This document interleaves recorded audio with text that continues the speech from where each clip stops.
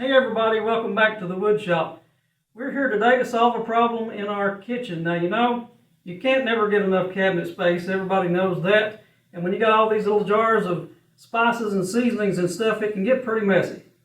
We do like to use a variety of herbs and spices in our cooking, and we have so many we have to take them out of the cabinet just to see what we have, where we put it back at. I have a really bad habit of, he tries to keep it organized, but then I want something, so I'll just grab something and just throw it back wherever. So today, you know how we love to use scrap wood. We are going to use some of this scrap pine here to make a spice shelf, a graduated spice shelf, and we will never have to be searching for our spices again. All right, to start our project, we're going to need 6 boards, and they're all going to be 12 inches each, 12 inches long. So we're here at the miter saw. We're going to make all of these cuts, and then we'll head over to the table saw.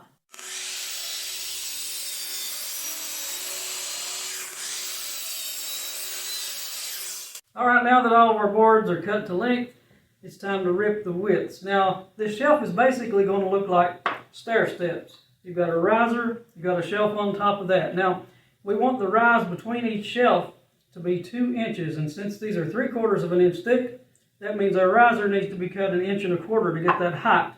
Now we want the space on each shelf to be 2 inches. That means we need to cut those at 2 3/4 of an inch, since the next riser will take up 3/4 of an inch of the shelf.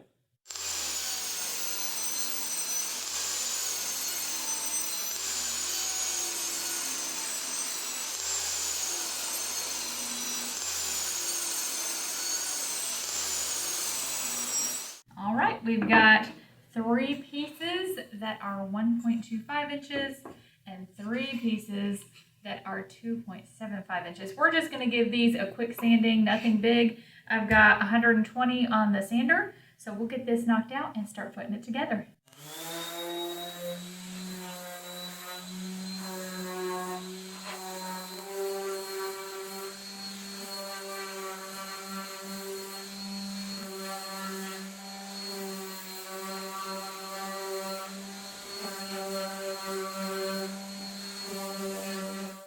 Now that everything's cut and sanded, we're going to go ahead and put our shelves and risers together. We'll do that with some 1 1/4 brad nails and some good old trusty Titebond 2 wood glue.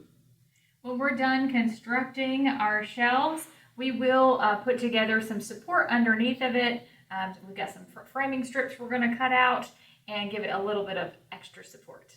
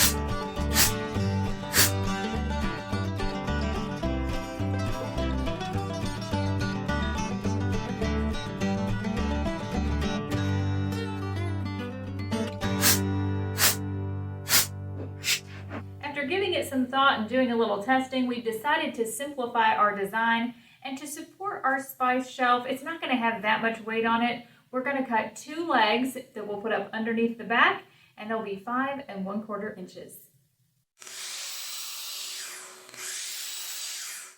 Okay, the assembly is almost complete. We just have to attach our little legs to hold up the back. Then we'll put on some kind of finish.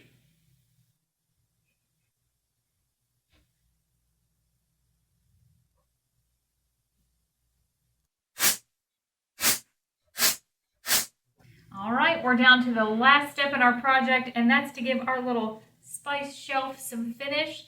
We were at a discount store one day. I don't know if you know what I'm talking about, but this particular store, I won't tell you the name. I will tell you their slogan. It's called "Good Stuff Cheap." That's what their slogan is. But anyways, They carry like closeouts, discontinued items, things like that.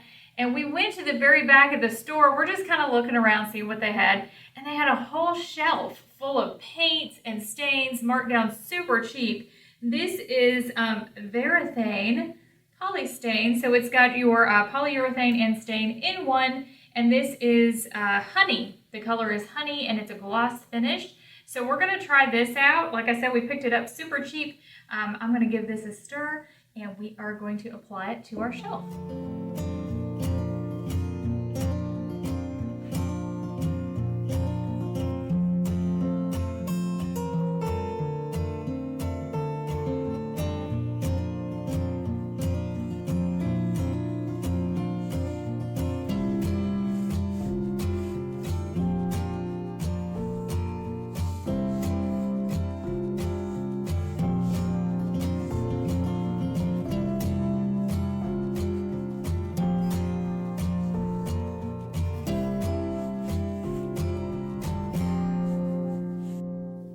Well, as you can see, there it is. It's another scrap wood project and a problem solved for us.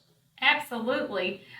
These are actually a few of our real spices from our kitchen. This is not everything, but we wanted to give you an idea of how this is going to help us get more organized in our kitchen cabinets. So we've got a variety of spices here, different size jars. You can see this back shelf is going to hold some of these larger items. And then right in the front, this isn't the total depth of our cabinet. So right in the front, we'll be able to set some little things and we'll still be able to see what we got going on. So I love it. I think this is going to be great. And wherever Bryan leaves his spices, I will put them back. I promise. I commit in this video, they're going to go back right on the shelf that they came from.